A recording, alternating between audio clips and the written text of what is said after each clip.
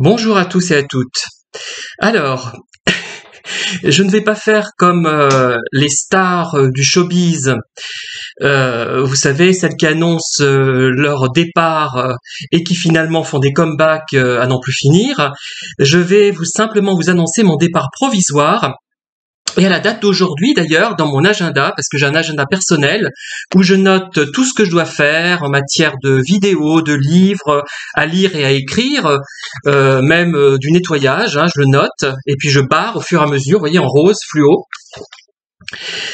J'ai marqué à la date un signe, un petit cœur, je ne sais pas pourquoi pas un cœur, hein, à la date du 10, à la date d'aujourd'hui donc, hein, et cette date elle est importante. Vous savez que je vous avais parlé pour pouvoir rompre facilement avec un pervers, on pouvait utiliser des stratégies toutes bêtes, par exemple lui répondre en fonction des nombres premiers. Vous voyez, des trucs comme ça, tout bêtes, mais qui aident paradoxalement. Et moi, si je rechute et que je refais des vidéos sur des thèmes comme le Covid, la Covid ou les pervers, je reviendrai à ce cœur, 10 janvier, cette date importante, 10 janvier, voilà, c'est un chiffre rond. C'est bête, mais ça m'a m'aider justement à ne pas sombrer dans ce qui est en fait une sorte de dépendance par rapport à des thèmes à traiter par vidéo. Il y a une sorte de dépendance qui se crée indépendamment de l'intérêt qu'on peut avoir pour le thème, hein, voilà.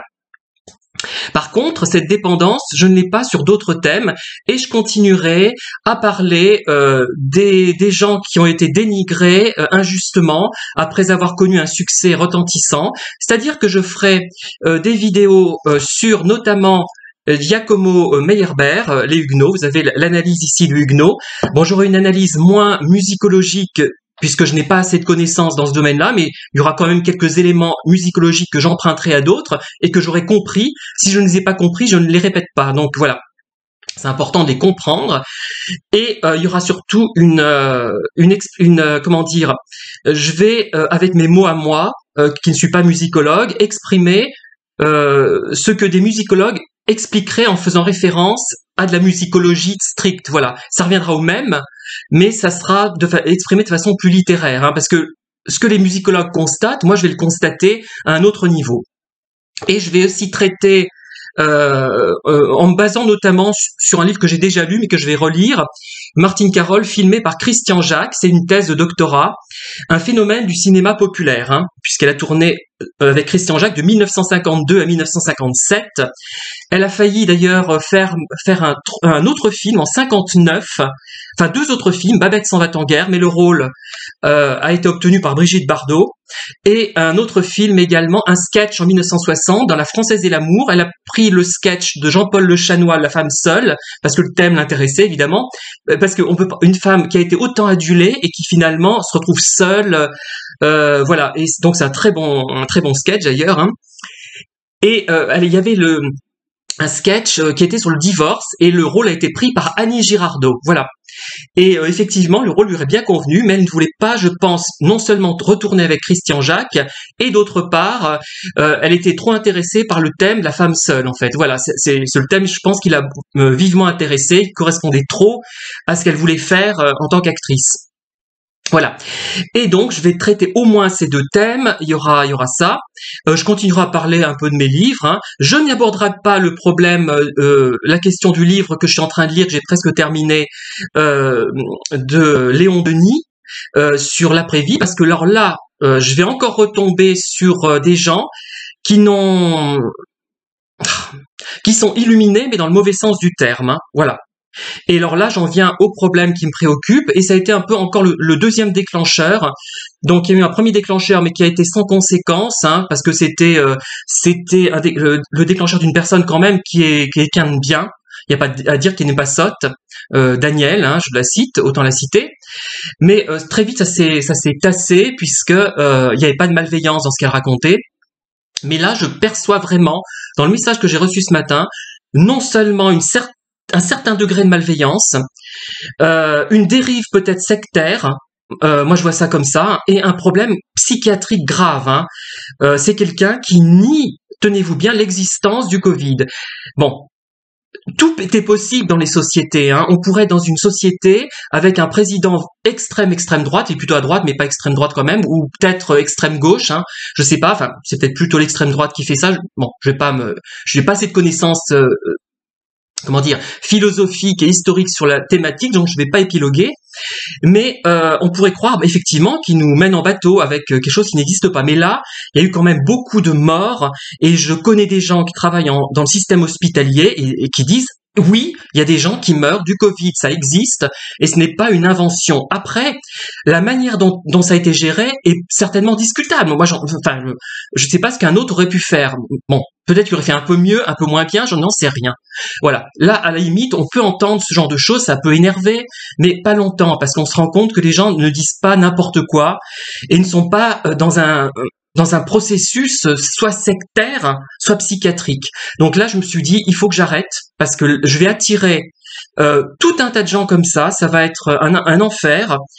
Et donc, vous savez que pour m'en tirer de tout ça, j'avais pensé monnayer mes vidéos, parce que je me dis, mais prendre autant de choses négatives, enfin, il y a aussi beaucoup de choses positives, mais les choses négatives, elles ont vraiment été fortes pendant 2 ans et demi, pour rien. Au bout d'un moment, on n'en peut plus. Et je ne suis plus aussi critique vis-à-vis de ceux qui ont monnayé leur chaîne. Bon, un peu de façon excessive, mais moi, je vais voir ce que je vais faire, hein. Si d'ici là, j'ai assez d'adhérents, parce que ça sera pas avant un mois, de toute façon. Et dans un mois, je sais même pas si j'aurai repris vraiment les vidéos classiques, hein. Je vais essayer d'aborder les choses de façon peut-être plus intelligente.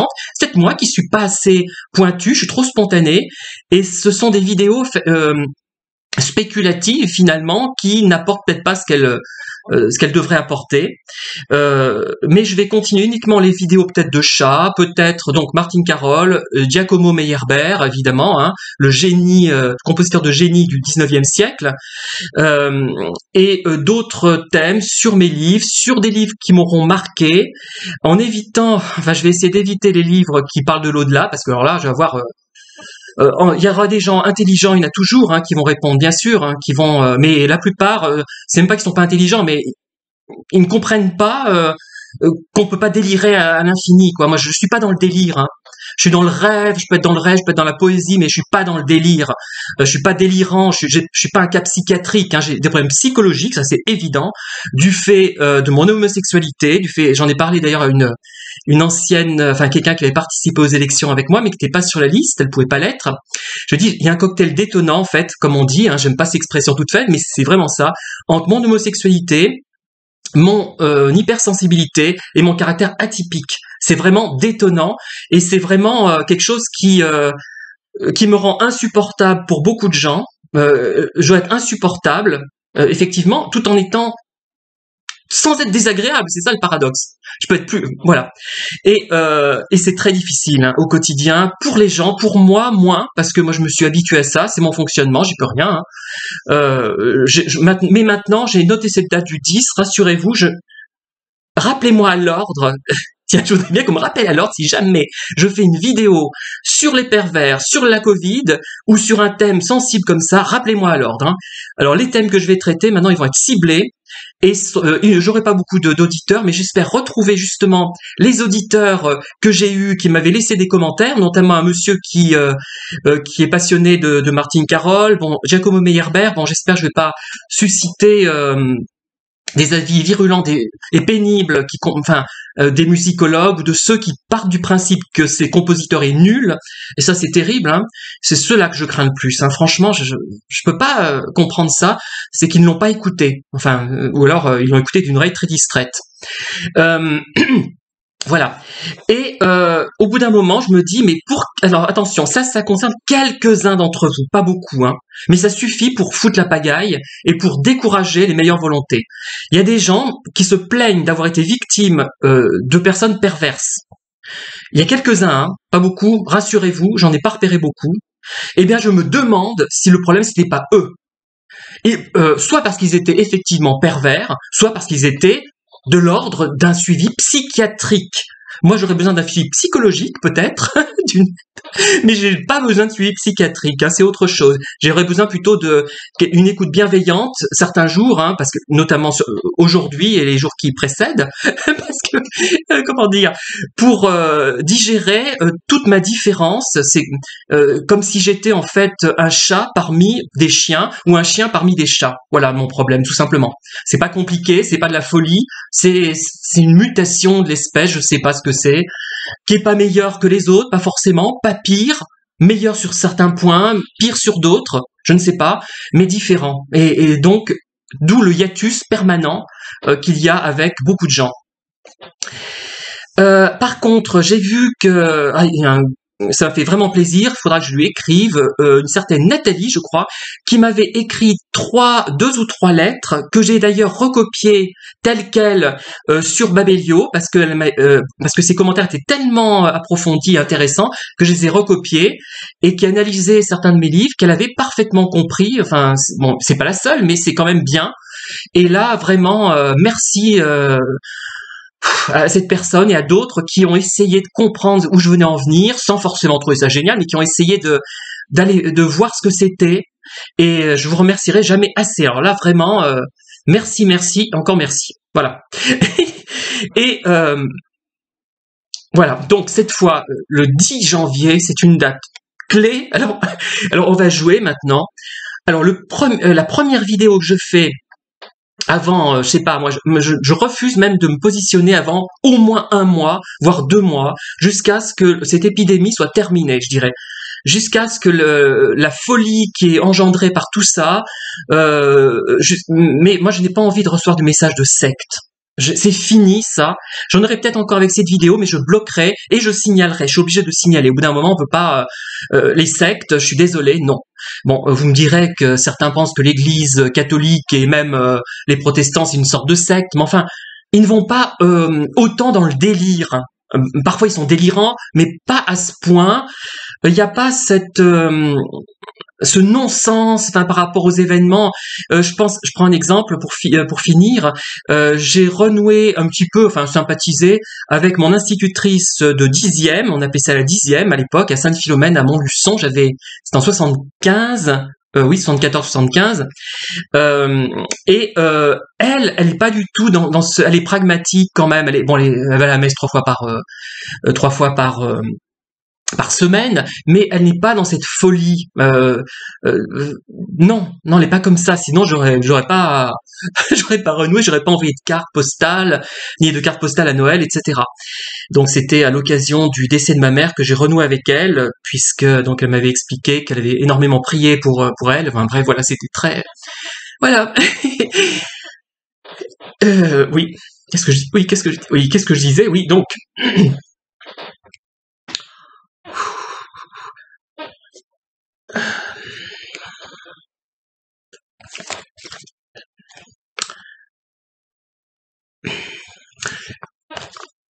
Bon, voilà, donc les Huguenots et l'analyse des Huguenots par des spécialistes musicologues. Et donc, je pense que des musicologues, s'ils prennent la peine de se pencher sur un opéra, c'est qu'il a une certaine valeur, un certain intérêt. Voilà. Bon, j'espère avoir été clair et ne pas de nouveau sombrer et ne plus recevoir ces messages. Je m'en fous, maintenant je les supprime directement. Alors la personne m'a accusé d'avoir supprimé ces messages, ce qui est faux. Ça a été supprimé peut-être automatiquement, je sais pas, ils vont quand on est sur YouTube, les messages vont dans une sorte de sas et ils sont traités. J'ai pas regardé. Peut-être qu'il est là le message, mais je n'ai rien supprimé. Ou alors je perds complètement la tête moi aussi, c'est possible. Hein. Ou alors je l'ai supprimé en supprimant un commentaire qui était vraiment trop négatif, trop pénible à supporter, qui était injuste. Mais je ne pense pas. Donc c'était doublement injuste. Et moi je ne suis pas dans une secte. Je n'ai pas envie d'être dans une secte. Ce n'est pas moi. Nier l'évidence. Je peux comprendre ceux qui disent le vaccin est dangereux, on ne sait pas quels sont les effets à long terme. Je le comprends, mais en même temps, il y a tellement de morts que c'est une situation d'urgence, quoi. Une situation d'urgence, on est obligé d'aller vite. Par contre, je ne comprends pas et je n'accepterai jamais ceux qui diront que ça n'existe pas. C'est pas vrai, parce que il y a eu trop d'exemples.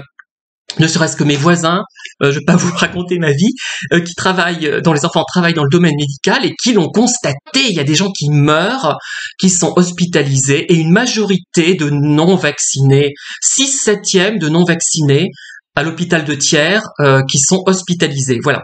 Je sais pas s'ils sont en soins intensifs par contre. Hein. Voilà. Merci en tout cas de m'avoir écouté. Alors je retiens la date du 10 janvier, elle sera ferme, définitive. Là je vais préparer ma vidéo sur la thématique Martine Carole, notamment essayer de comprendre grâce notamment à ce volume et à mes propres perceptions pourquoi elle a été pas supplantée, parce que c'est comme disent beaucoup, Martine Carole c'est un phénomène du cinéma, alors que Brigitte Bardot est un phénomène en tant que femme. Voilà, donc c'est autre chose, c'est plus large. Et Martine Carole a été un peu l'intermédiaire entre la femme ancienne, soumise, et la femme complètement moderne, exprimée, mise en chair finalement par Brigitte Bardot. Ça a été une transition, un passage de transition, et qui justement, parce qu'elle est elle appartient un peu à l'ancienne mode des femmes un peu soumises et des femmes modernes, ça donne un cocktail, comme pour moi, un peu détonnant et émoustillant. Il y a les deux tendances, il y a les deux casquettes un petit peu. Et je vous expliquerai donc pourquoi, en 1956, avec Dieu et Dieu créa la femme, donc on est passé à un autre type de cinéma aussi, un autre type de femme surtout. Voilà. Merci de m'avoir écouté, à très bientôt pour une nouvelle vidéo sur des thèmes un petit peu intellectuels, hein. C'est pas sur les pervers encore, là c'est des choses un peu sérieuses, parce que je suis capable de traiter des sujets sérieux. Oui Daniel, je pense effectivement, je pense avoir un haut potentiel, je commence à le croire, hein. Vous avez raison. Quand je lis surtout certains commentaires, enfin bon là vraiment, là je suis un génie, hein. Tout est relatif, au royaume des aveugles, les borgnes sont rois. Voilà, je terminerai sur cette citation, ce proverbe, c'est tellement vrai. Et je vous dis à bientôt, peut-être dans un an, mais je ne céderai pas. Tant que le Covid ne sera pas terminé, il n'y aura pas de vidéo sur des thèmes sensibles, parce que j'en ai assez de servir de punching ball. Je ne suis pas masochiste à ce point, du moins. Merci, au revoir.